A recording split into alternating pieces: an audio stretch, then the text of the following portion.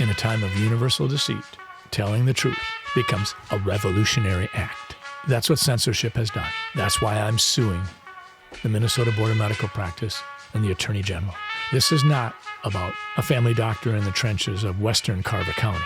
This is about you and me being played, squashed, and censored. And if we don't speak up now, because it isn't affecting us directly, when it does affect you directly, there may be no one at your side to speak up on your behalf.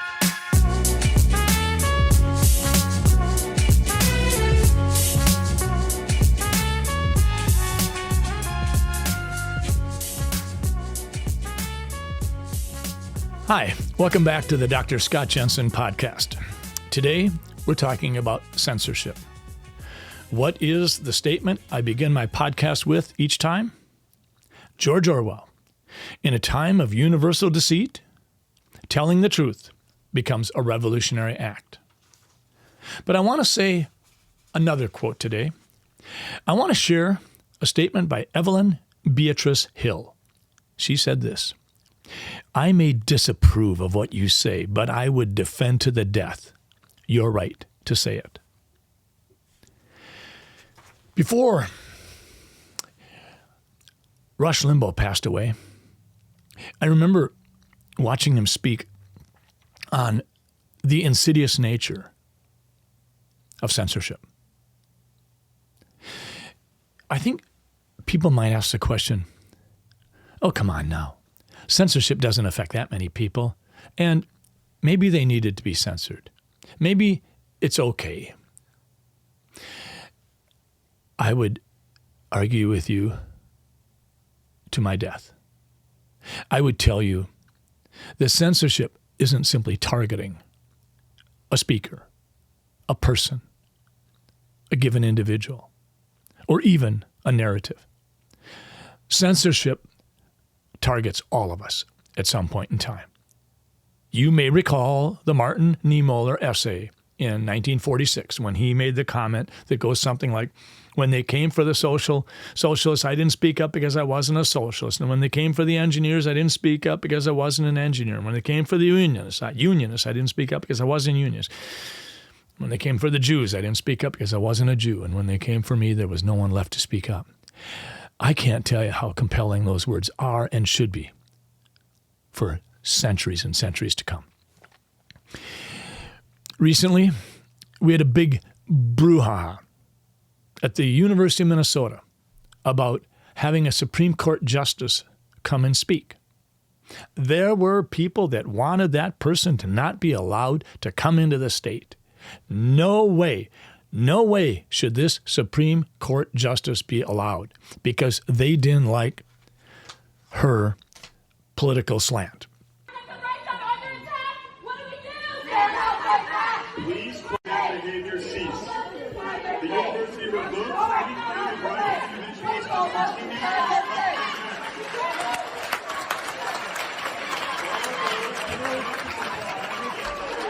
Stand up, fight back!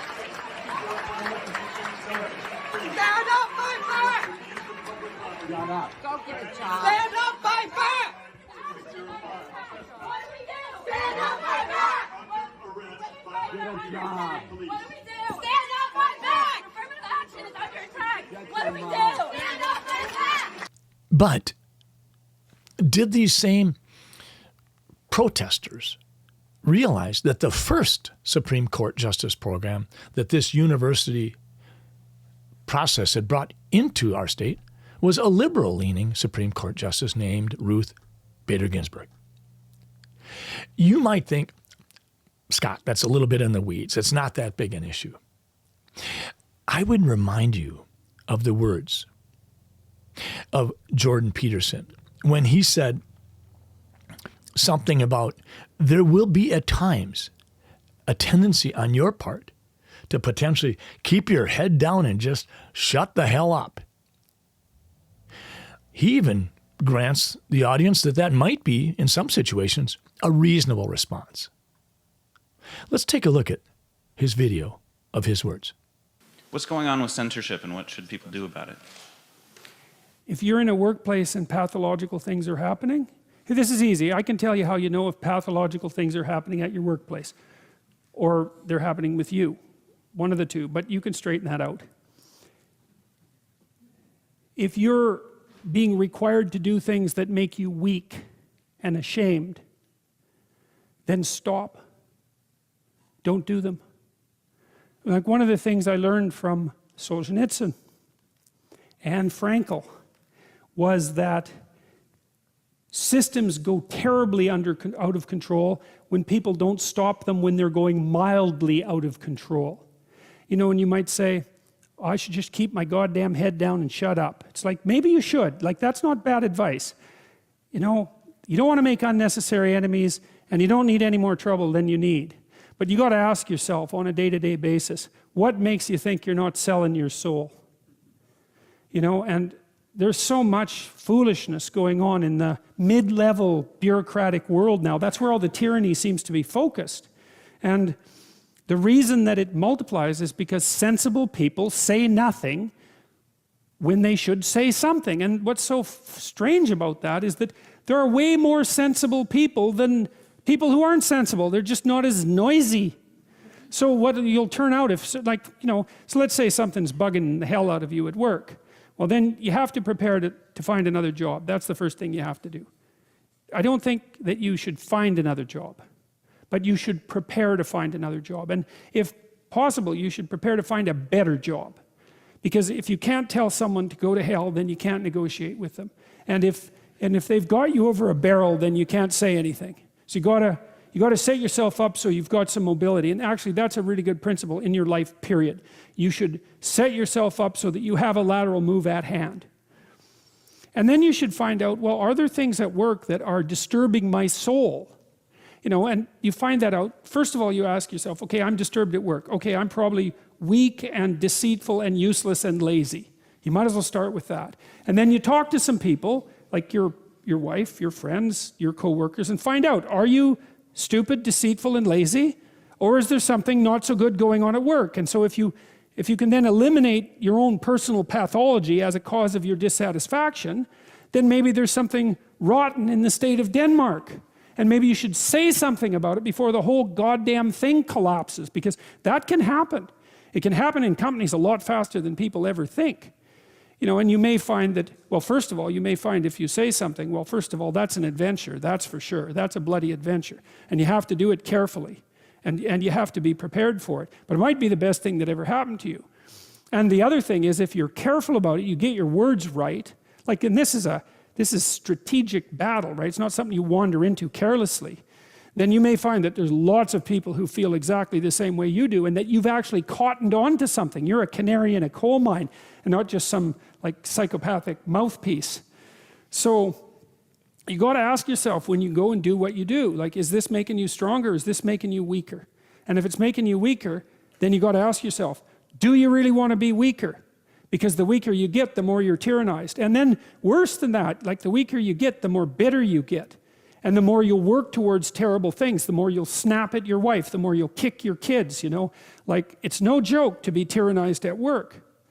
And so I would say you have an ethical responsibility as a citizen to forthrightly confront creeping tyranny no matter where it occurs. And part of what we're learning, I would say, from these stories, if we're learning anything at all, is that if you're aimed at the good, which is a question you really got to ask yourself, you know. If you're genuinely aimed at the good, then take heart, because you're a lot stronger than you think. Okay, so you just heard what Jordan Peterson had to say.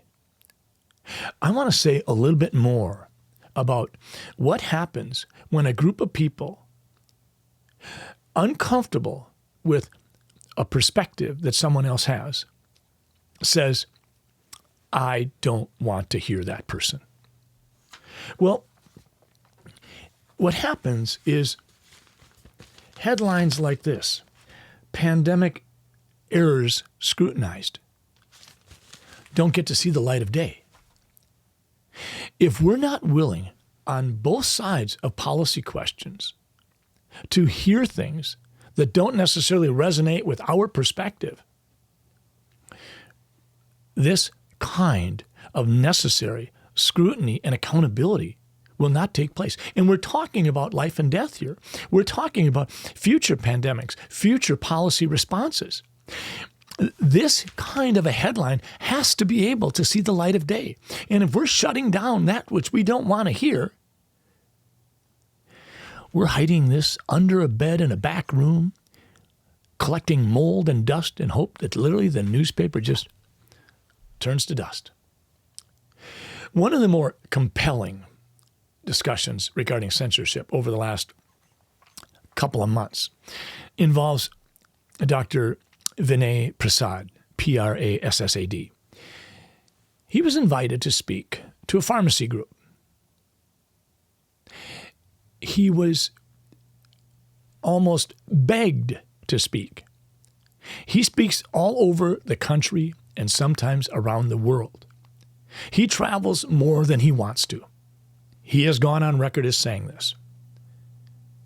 When he was asked by this pharmacy group to speak and be their keynote speaker, his interest was lukewarm, perhaps at best.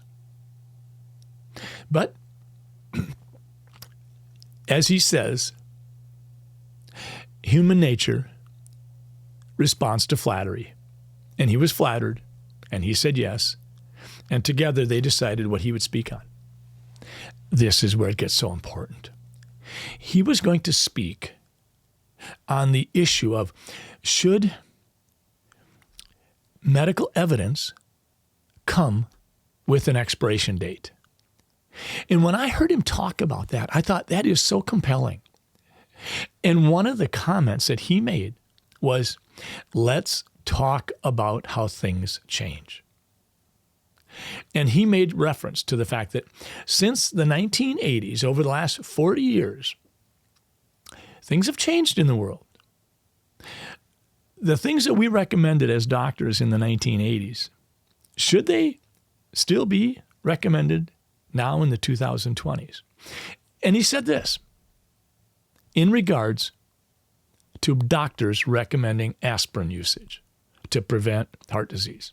He said, well, since the 1980s, obesity has risen, cholesterol has dropped, statin drug use has risen. What he was saying was, and he also said tobacco use has decreased. So you drop tobacco use, you drop cholesterol, you increase weight, the world's changed. There was an article recently that indicated that in this state, from 2000 to 2022, the number of people classified as obese has virtually doubled, and it's now 1 in 3 Minnesotans. Bottom line is that phenomenon, along with decreased tobacco use, increased statin use, that may change whether or not we should recommend aspirin. And you know what? It did change the way we recommend aspirin. We were telling people if you turn 40, time to get on a baby aspirin a day. Aspirin a day keeps the doctor away, the whole jingle, until we realized that that's not the case.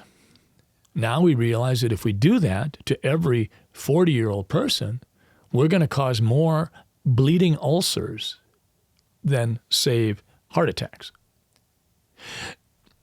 Dr. Vinay Prasad was going to talk about whether medical evidence should come with an expiration date, and I don't know what could be more compelling right now for a pharmacy conference than that, because so often patients go to pharmacists and say, well, this is over the counter. Should I do aspirin? Should I take a supplement? What about vitamin D?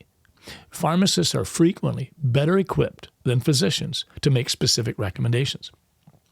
And yet, Dr. Vinay Prasad was canceled. His scheduled keynote address to this pharmacy group was canceled because a few people said he's spread reckless misinformation, dangerous misinformation. This conference group had 20,000 members. 50 people were enough to shut this down. Some of those people that wanted to censor Dr. Prasad weren't even members of this pharmacy conference group. Dr. Prasad has hundreds of thousands of people who follow him on social media.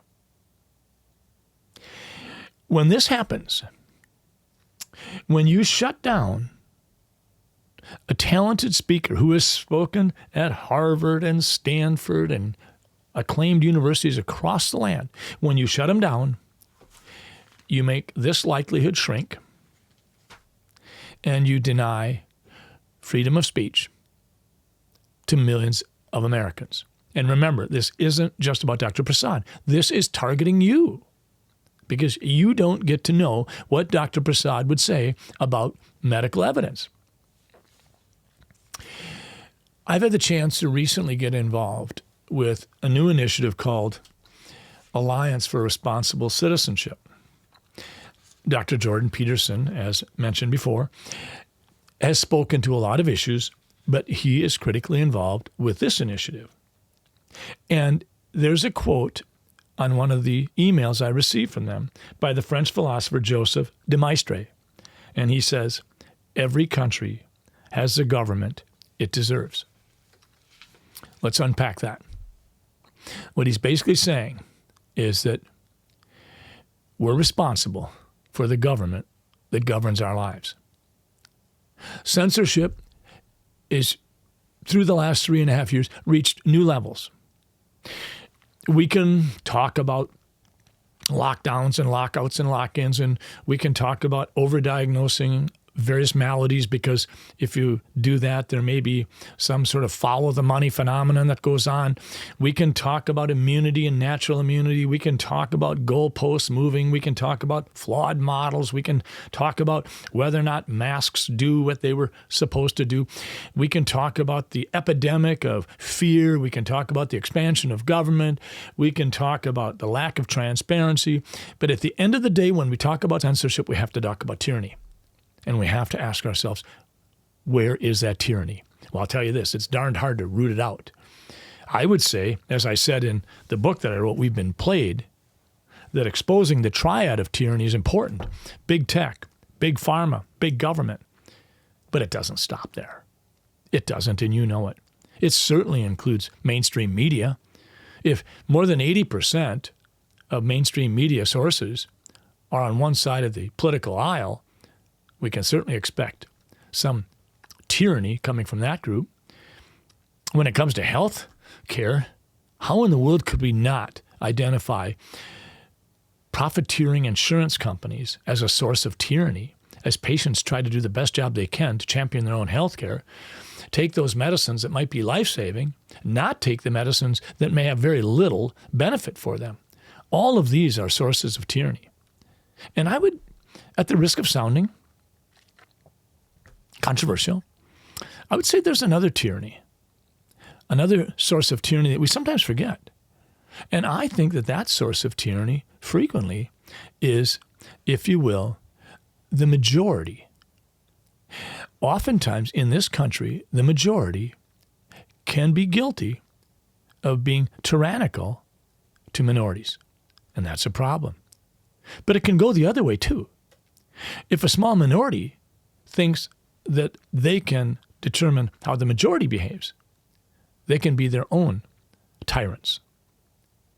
Specifically in the world of politics that I've been involved with a little bit, I would say that oftentimes established, wealthy, white males can be tyrannical. I think oftentimes their tyranny will be disguised as altruism. Sometimes their tyranny is born not of any specific expertise whatsoever, just money. I think we have to be on the lookout for all forms of tyranny, because tyranny is what allows censorship to happen.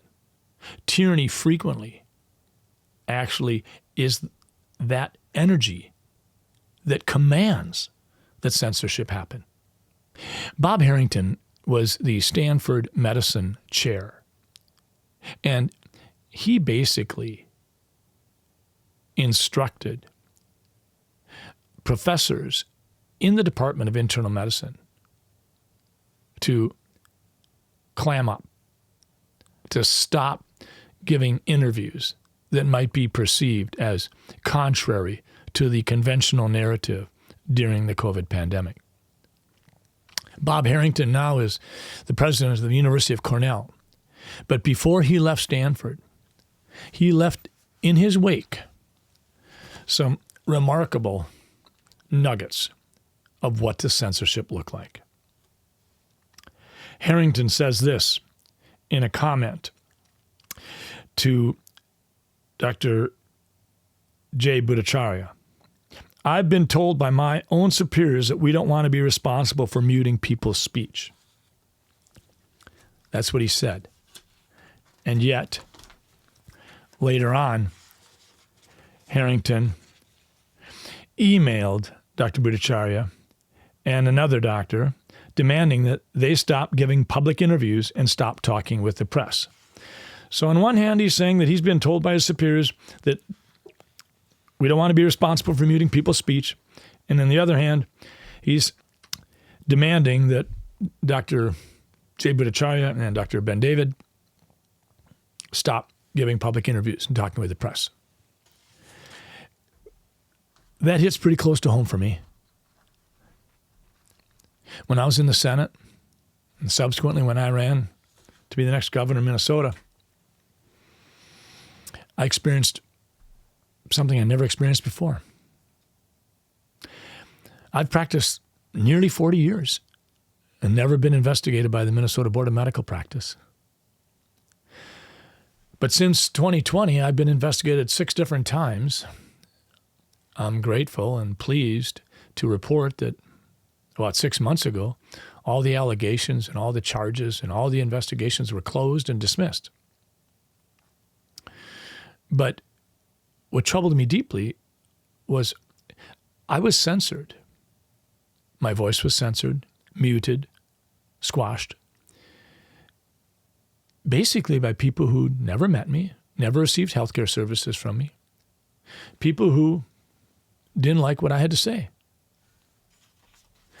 Do you remember Evelyn Beatrice Hill? I may disapprove of what you say, but I would defend to the death your right to say it. I want to live my life according to Ms. Hill's comments. I never want to do that.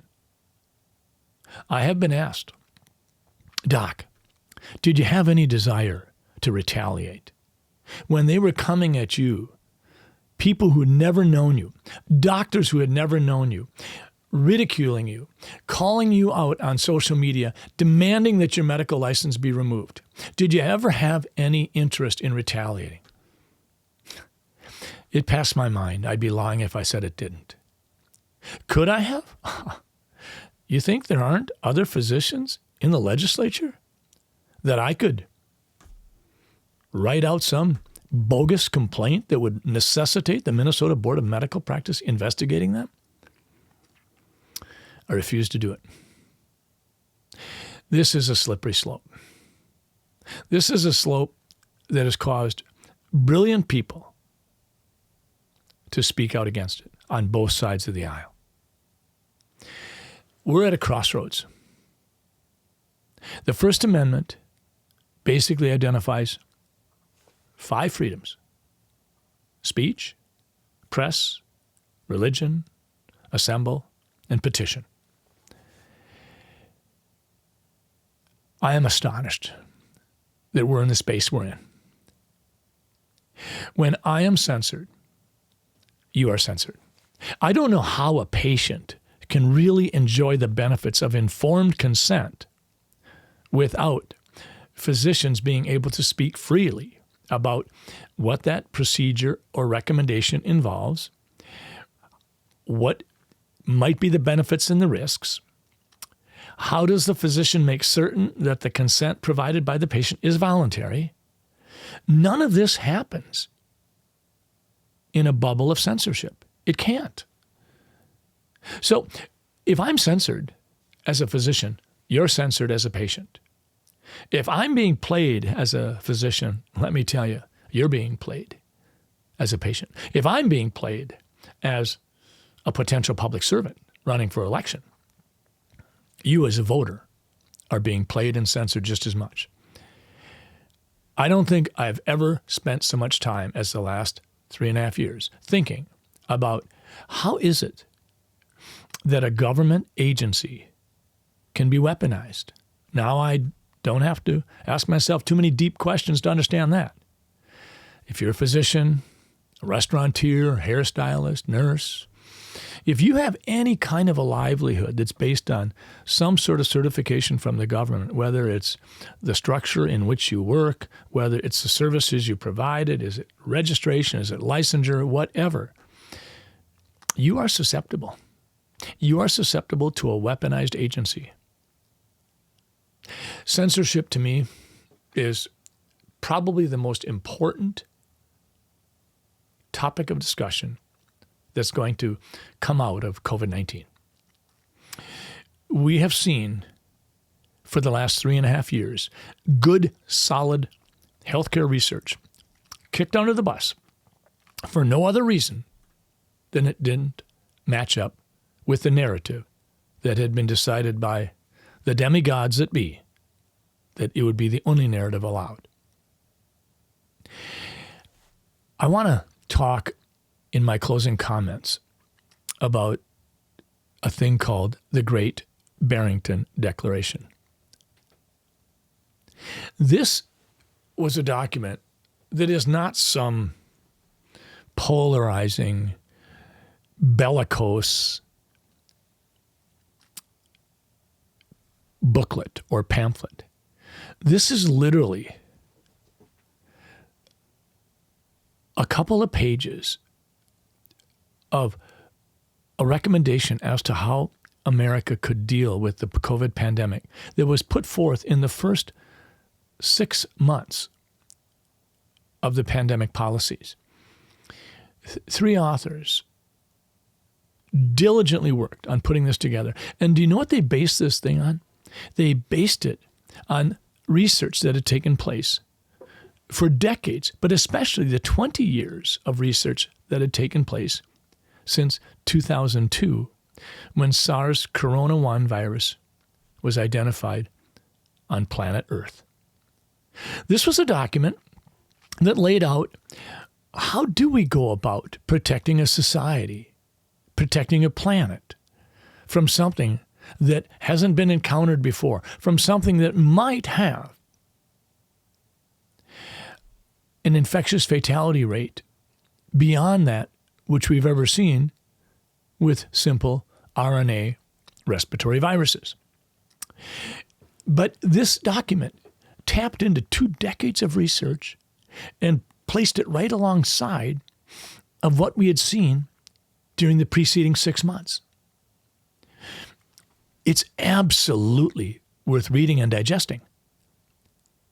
But this document became literally the target of censorship by Tony Fauci and Dr. Collins, as if this was some horrific, barbaric tome that was going to turn America upside down. What it would have done, had we strongly considered it, instead of squashing it and censoring it, what it would have done is it would have helped us put our focus on precision protection of those who were most susceptible to the COVID-19 virus. The frail elderly, the immune compromised. We would have been able to keep livelihoods in place. We would not have had to have the unbelievable rise in mental health issues, not just in our teenagers and our young people, but in our middle-aged people and in our seniors. We took a population of seniors, many of them who had fought for our country in World War II and after. And we said, you don't get to have a normal life. You don't get to have your loved ones be with you. The ability for you to receive your medications correctly and consistently will be compromised by our policies, and you don't get to change them. You don't get to hold the hand of the person you've been sharing your life with for the last 50 years You don't get to have your son or daughter come in and make sure that things are okay. You may have to lie on your stool and urine for hours at a time because we don't have the staffing to necessarily respond to your call light when it goes off or necessarily come to your assistance when an accident has occurred. That's what we did to the frail elderly and to the workforce of America. We absolutely obliterated you. We divided you. We fractured you. We put people in situations where we said, you got to work from home whether you like it or not.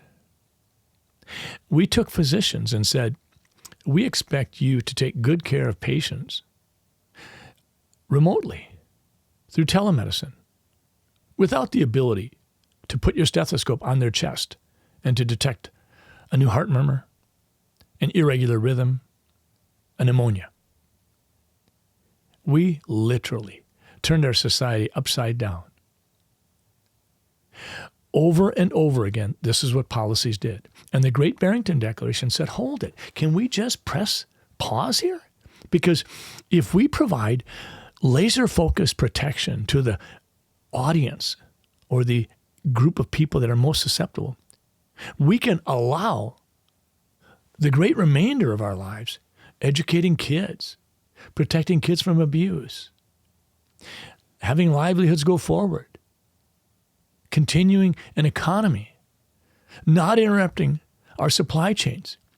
Do you remember barge upon barge, container ship upon container ship lined up well out into the Pacific Ocean out of Los Angeles?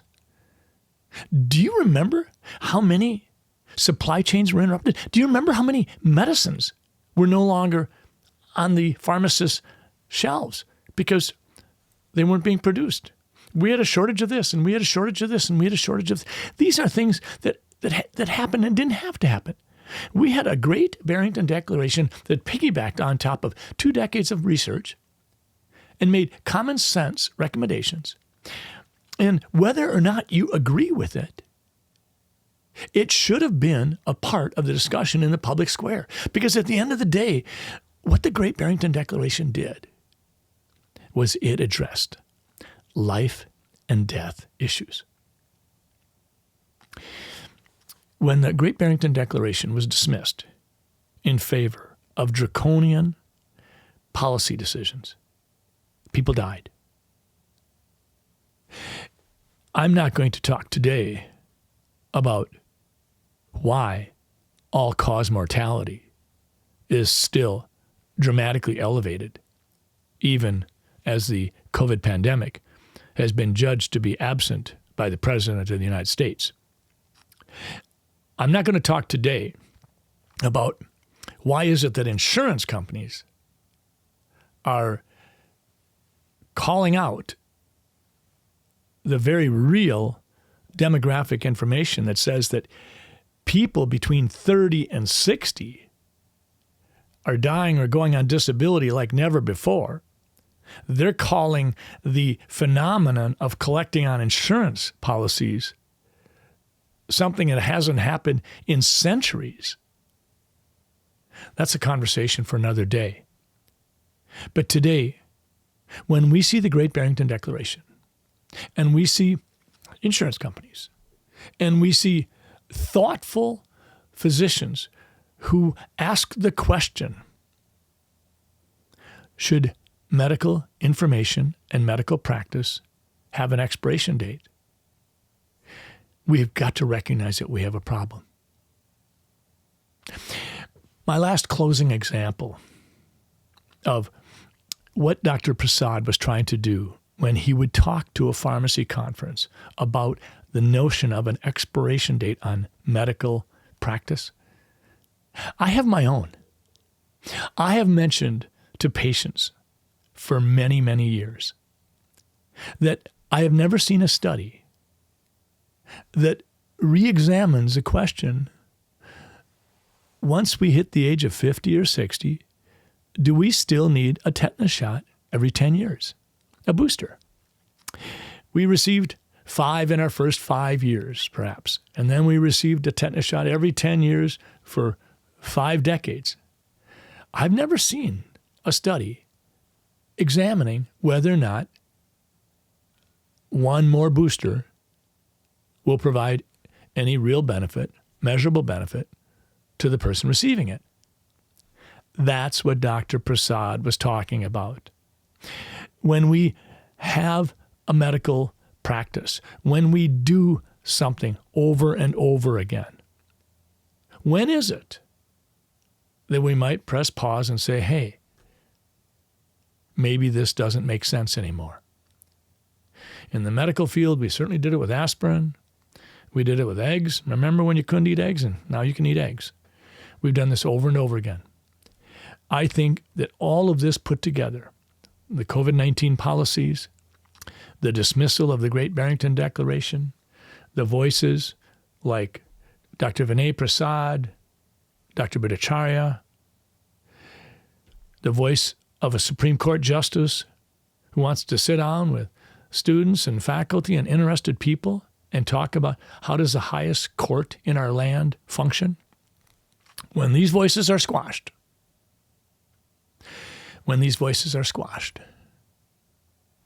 the words of George Orwell come back to us.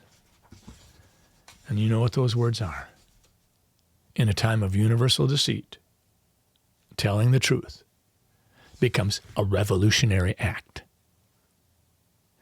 That's what censorship has done. That's why I'm suing the Minnesota Board of Medical Practice and the Attorney General. This is not about a family doctor in the trenches of Western Carver County. This is about you and me being played, squashed, and censored. And if we don't speak up now, because it isn't affecting us directly, when it does affect you directly, there may be no one at your side to speak up on your behalf. And so I've spent a fair amount of time discussing the Great Barrington Declaration. I would encourage you. Great Barrington, Barrington Declaration. Great Barrington Declaration. In the Google box. It'll pop up. It'll take you less than 5 minutes to read it. I'm proud to say that I believe I was the first physician in Minnesota to sign it. I think I signed it within the first 4 hours of knowing that it was out there. So, before I close, I just want to remind you, if you want to come to our website, see what else we have to say, get updates on our lawsuits, just go to drscottjensen.com. My book's available at drscottjensenbook.com. Hopefully you'll join me again at our next podcast, because I just want to reiterate, this is a podcast about real life issues, kitchen table issues. You're going to hear us talk over and over again about safety. What does accountable government look like? What does freedom look like at every level for parents, for patients, in the world of health, in the world of economy? Do you get to have your own livelihood? We're going to talk about education. What have we done to our kids in grade schools, high schools, but also beyond high school? And at the end of the day, we're always going to have a sharp focus on where are the sources of tyranny. And for today, tyranny obviously is a big part of censorship.